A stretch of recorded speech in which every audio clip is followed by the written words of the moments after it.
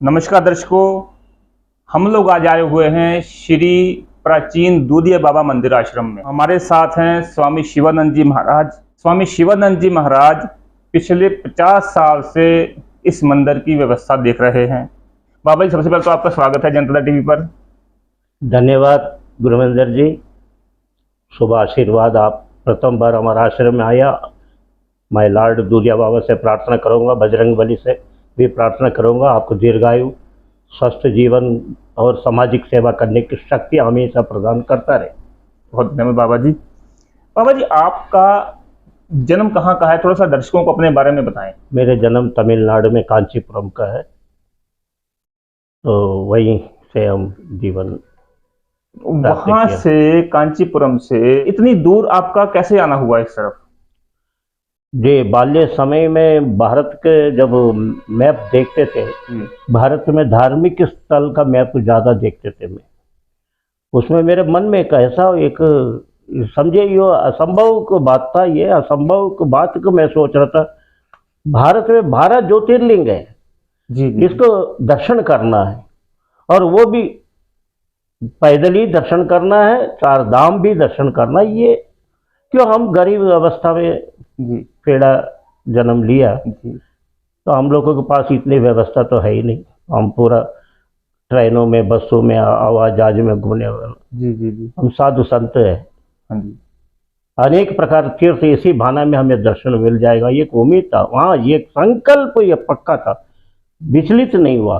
तो इसलिए हम पूरा भारत के पद यात्रा करने के लिए यहाँ आया, और कंप्लीट हुआ भी मनोकामना। 12 ज्योतिर्लिंग भी मैंने दर्शन किया, और 4 धाम जगन्नाथपुरी, द्वारकापुरी, हमारे तमिलनाडु तो है रामेश्वरम, द्वारका, इधर बद्री केदारनाथ, ये 4 धाम का हमने दर्शन किया, और पूरा कंप्लीट भारत को घूमना पड़ गया। तो अगर डायरेक्ट सीधा हम आ जाता है कन्याकुमारी से हिमालय 6500 किलोमीटर में पहुंच जाता थे। अच्छा जी, मगर हम सीधा ना आते हुए कंप्लीट भारत का जितनी राज्य है, 28-29 राज्य, वो पूरा पदयात्रा में historical place and holy place और धार्मिक प्लेस, जितनी ऐतिहासिक, वो भी प्राचीन, अति प्राचीन, ये नहीं आज जुमे 2-4 साल 10 साल 20 साल बना हुआ मंदिर देखना, ना ना ना, वो नहीं। ऐतिहासिक मंदिर जो शेर सोड़ पांडियन ऐसा तमिलनाडु में हुआ करते थे, जैसा मदुरई मीनाक्षी, कांची कामाक्षी और काशी विशालाक्षी, जैसा आदि जगत गुरु शंकराचार्य ने 4 स्थापना किया था, उनको भी एक 32 साल में देखे, उन्होंने सारा रचना संसार के धर्म के प्रति रचना करके 32 साल में कैलाश में चले गए, जीवित कैलाश में चले गए। तो हम लोगों को भी एक ऐसी पीड़ा ये मन में एक बार बार सताते थे, यार पैदल यात्रा करना चाहिए, पूरा 12 ज्योतिर्लिंग, 4 धाम। तो ये इच्छा पूरी हुआ। यात्रा तो गुरुजी आमतौर पर जो साधु संत थे वो पैदल ही करते थे पहले, ये तो अब गाड़ियां वगैरह आ गई हैं, और यात्रा का असली मकसद ही पैदल पूरा होता है। तो जब आप रुद्रपुर पहुंचे, उसमें रुद्रपुर किस तरीके था, क्या हालात थे रुद्रपुर के? हाँ, रुद्रपुर एक छोटा सा कस्बा की तरह था, शहर का नाम तो नहीं था, शहर तो बन गया, बहुत अच्छी बात है, अच्छा बना, और शहर एक ईमानदार शहर था ये रुद्रपुर, इसमें कोई शक नहीं। एक विश्वसनीय लोग, छोटा से कॉलोनी हुआ करते थे, पुराना गांव होते थे, यहाँ जगतपुरा होते थे, वो एक ही गली का एक पुराना गांव जगतपुरा कहते थे। और एक बदईपुरा गांव बहुत प्राचीन गांव है, ऐसी गोटिया एक छोटा से पुराना गोटिया। रामपुरा बाद में भले बसा होगा, मैं जब देख रहा था बहुत छोटा सा एक रामपुरा हुआ। 4 साल पहले तो बिल्कुल 2-4 घर, पूरा चारों तरफ जंगल हुआ करते थे जी। एक अठरिया मंदिर हुआ करते थे, लोग वहाँ गीत गाते हुए साल में एक बार मेला में जाते थे, माता बहनों, और ऐतिहासिक मेला, ऐसी बात नहीं था वो भी। और हमारा दूधिया मंदिर भी बहुत प्राचीन थे जी। तो मेरा मन इस रास्ते से गुजर रहा था, तो इस मंदिर का दर्शन करने के मेरे बहुत खंडार हुआ मंदिर था। तो उस समय के नक्शा आपने देखा होता, हैरान हो जाएगा, वही दूधिया मंदिर आज का दूधिया मंदिर आप कहेंगे, तो यहाँ का जो पुराना लोग है वो सब जानते हैं। जी जी। प्राचीन श्री दूधिया बाबा मंदिर में जब आप आए, तो इस मंदिर की क्या स्थिति थी और इस मंदिर का क्या इतिहास है? दूधिया बाबा मंदिर का इतिहास ये कहता है, यहाँ एक संत हुआ करते थे प्राचीन, लेकिन उसको पहले से मंदिर हुआ होगा, परंतु दूधिया बाबा 1800, यहाँ का जो इतिहास मिला 1893 में दूधिया बाबा ने यहाँ समाधि लिया, तो उससे पहले से वो था यहाँ। 1893 मतलब 100 साल से पहले जी, वो यहाँ समाधि ले लिया, वो उनका समाधि है इस समय, उसको दूधिया मंदिर कहलाता है। कालांतर में वैसा तो उनका नाम ओमकारानंद जी महाराज जी, मगर वो दूध सेवन करते थे, दूध पीते थे और शंकर जी को प्रतिदिन दूध चढ़ाते थे। उपासक थे वो, शिव को उपासक थे, इसलिए कालांतर में उनको सब लोग दूधिया बाबा, आज भी दूधिया बाबा के नाम से जानता वो, और किसी नाम से नहीं जानता। तो दूधिया बाबा की एक सिद्ध पीठ भी माना जाएगा, शक्ति पीठ भी माना जाएगा। उन्हीं के जमाने में ये हनुमान जी का बहुत प्राचीन दक्षिण मुखी हनुमान जी, बहुत मनोकामना पूरी करने वाला दक्षिण मुखी हनुमान जी माना जाएगा। तो इस दयनीय स्थिति से जब हम चल के आ रहा था, यहाँ एक छोटी मोटी एक झोपड़ी थे, वो भी कंडार हुआ पड़ा थे। तो समाज तत्वों का उस समय भी अड्डा था ये बीड़ी, सिगरेट, दारू, चुल्फा, ये ताश का पत्ता खेलना, जुआ खेलना, असमाज तत्वों के एक तरह अड्डा बन चुका था ये। तो बड़ा पीड़ा भी था मेरे मन में, इतना पवित्र पीठ, इसको कोई सेवा करने वाला कोई नहीं आ रहा है जी। तो पता नहीं बाबा की क्या इच्छा था। 1976 से 21 अक्टूबर में इस प्रवेश हुआ इस मंदिर में, तब से आज तक मैं सेवा करने में भाग्य मिला मेरे। अच्छा, आप कुछ राजनीति में भी सक्रिय रहे, जैसे मैं भी देख रहा हूँ निशंक जी के साथ आपकी फोटो है, तो कुछ इसके बारे में बताइए। जैसे कि आपने कल हमारी जैसे डिस्कस हो रहा था कि धीरेन्द्र ब्रह्मचारी से भी आपकी एक आध बार मुलाकात हुई, तो कुछ ऐसी यादगार चीजें बताइए जहां आपको आपकी मुलाकात हुई जिन लोगों से। देखिए, अगर पीछे रिकॉर्ड अगर देखेंगे तो मेरे तो चक्रवर्ती राजगोपालाचारी से, कच्चे कामराज से संबंध रहा, CN अन्नादुरई से संबंध रहा। अरे बाप, आप अगर पूछेंगे, किसी ने अन्नादुरई का नाम भी नहीं सुना होगा आज भी, बड़े बड़े नेता। तो मेरे सौभाग्य समझता हूँ, मेरे यह ईश्वर की कृपा वरदान समझिए, मैं थोड़ा रुचि रखता था जी। क्यों, मैं एक बार क्या होते थे, गुरु महाराज जी ने किसी काम बताया था। अच्छा जी। वो एक दिनतंती दिनमणि नाम का पत्र का चलता, डेली की डेली बेस। तो महाराज जी ने कहा फलाना जगह में जाकर आश्रम का सामान लाओ, भेजा था। मैं वहाँ एक आदमी पेपर पढ़ रहा था, वहीं बैठ गया मैं भी। वो मेरे को शौक था राजनीति के, पता नहीं कैसा गॉड गिफ्ट था मेरे के। हाँ जी। तो गुरु महाराज जी ने दूसरा शिष्य को भेजा, भाई उसको भेजा शिवानंद का क्या हुआ देखो, कोई कहा है या नहीं, क्या परेशान।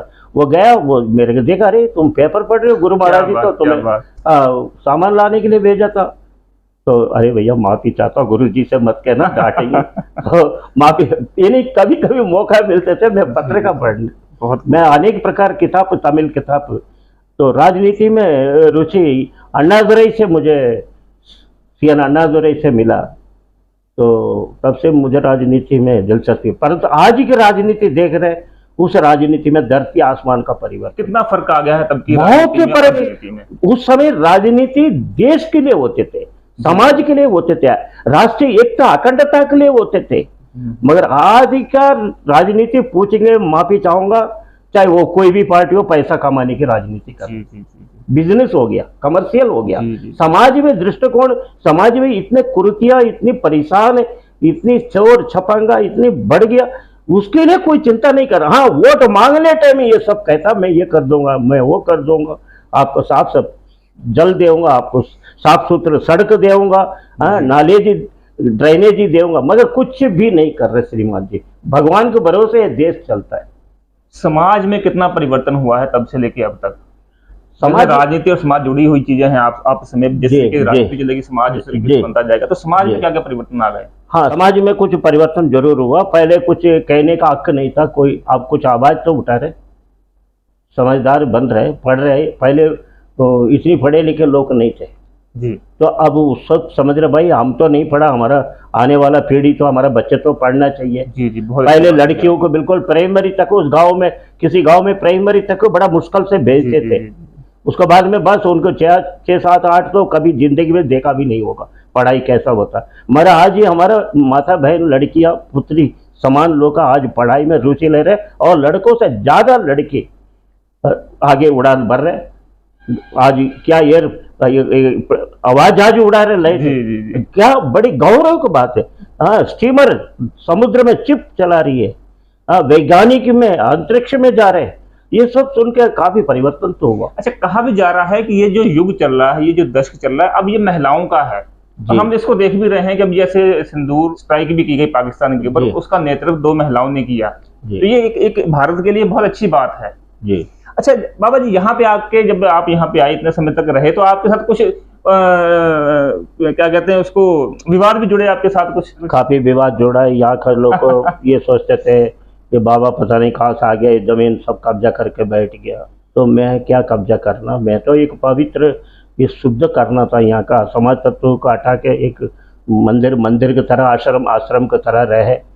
तो भूमि को भूमि जाने नहीं दिया मैंने, बड़ी संघर्ष किया, मुकदमाबाजी चला दिया जी। मुकदमा कृपा रहा दूधिया बाबा हनुमान जी का, मुकदमा भी मैंने जीता। तो सही काम में लगा दिया जमीन को मैंने। मैं चाहे तो जमीन को 3 तेरा कर सकता था। जी बाबा। बड़ी बड़ी पूंजीपति आया था, थोड़ा पैसा ले लो चले जाओ, यहाँ से आश्रम बना लो, हरिद्वार में कुटिया 2 कमरा बना लो, ये छोड़ो, ये सब हम देख लेंगे, तुम्हें क्या करना है यहाँ। तो ऐसी डांट के, कोई भय देख के, कुछ सरल साथ हर प्रकार हथकंडा अपना के छोड़ दिया। परंतु मैंने एक ही सिद्धांत थे, बाबा का जमीन है, बजरंग बली का जमीन है, इस जमीन की सही व्यवस्था होने तक मैं किसी के ना डरूंगा, ना भागूंगा, ना टिकूंगा। मैं एक ही में बातों में टिका रहा, आज तक कायम है। अब एक संतुष्ट है मेरे जीवन में। यहाँ बहुत अच्छा अखिल भारतीय वनवासी कल्याण आश्रम के तत्वाधान में यहाँ इंटर कॉलेज, कन्या छात्रावास तो 12-13 साल से चल रहे लड़कियों का, जो कुष्ठ रोग स्वस्थ बच्चे, मगर उनका पेरेंट्स, उनका माता पिता कुष्ठ रोगी, मगर उनका बच्चे स्वस्थ बच्चे।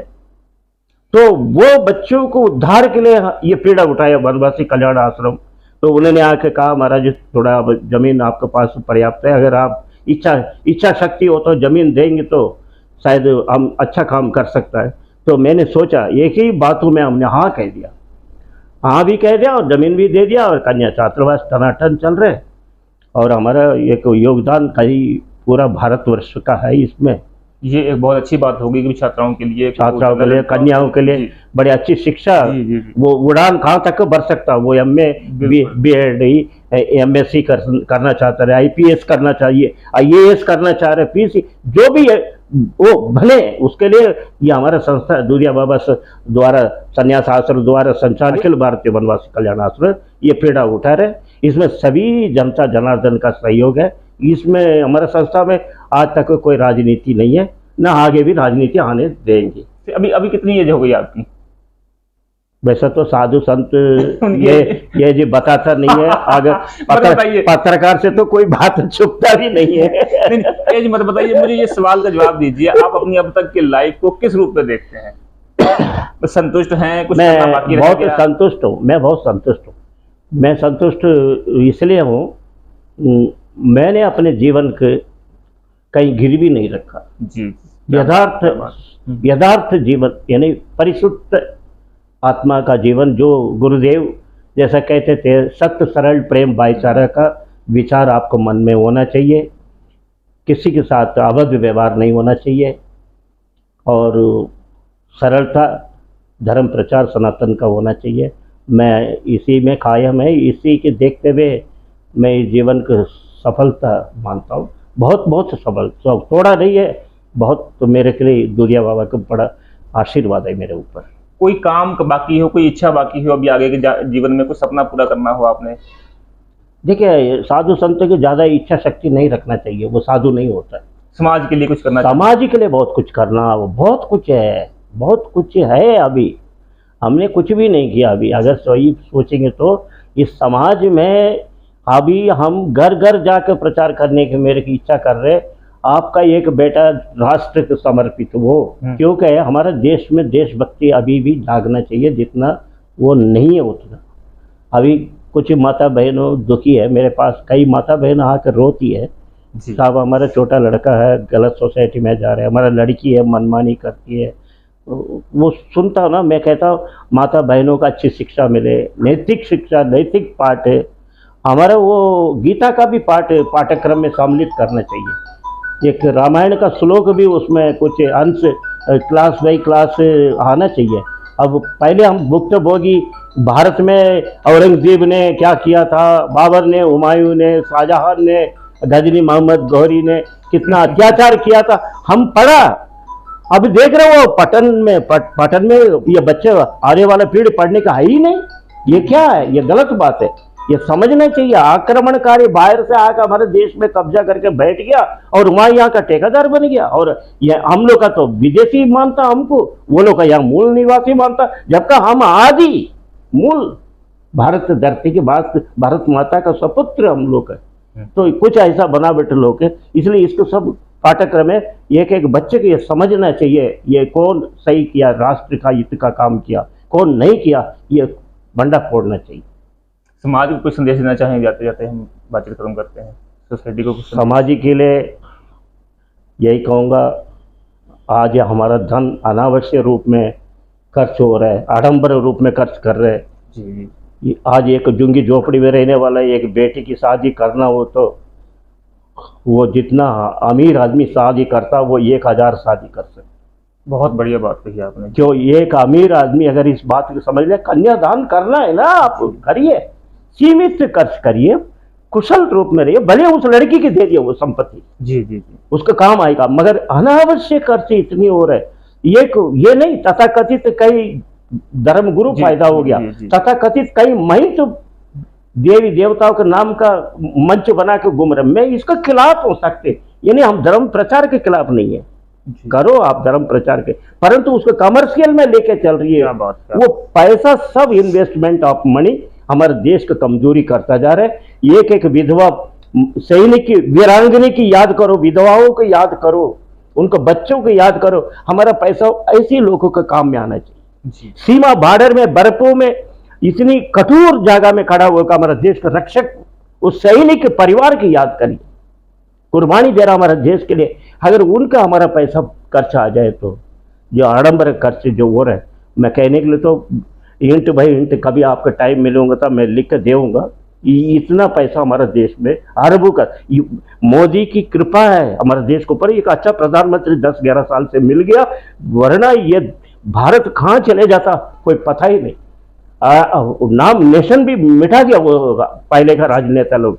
हाँ, इतना जरूर है, आने वाला समय मोदी के प्लान पर मैं राजनीति नहीं घुसाड़ रहा, आप ये माफी चाहूंगा। मोदी के बाबा जी कहते कहते कि राजनीति में आ गया। मैं अच्छा काम करेंगे, मैं उसका आदमी हूँ जो अच्छा काम करेगा। मैं कामराज जी असली कांग्रेस से निजलेंगे, कांग्रेस से मैं उनको तारीफ आज भी करूंगा।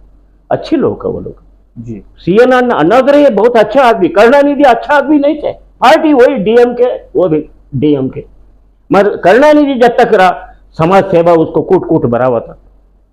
जैसा अन्नादुरई चल बढ़ा, करुणानिधि हाथ में आया, वो थोड़ा समय एक्टिंग दिखाता रहा, उसके बाद संपत्ति अरबों खरबों संपत्ति, देश विदेश में इन लोगों को पैसा।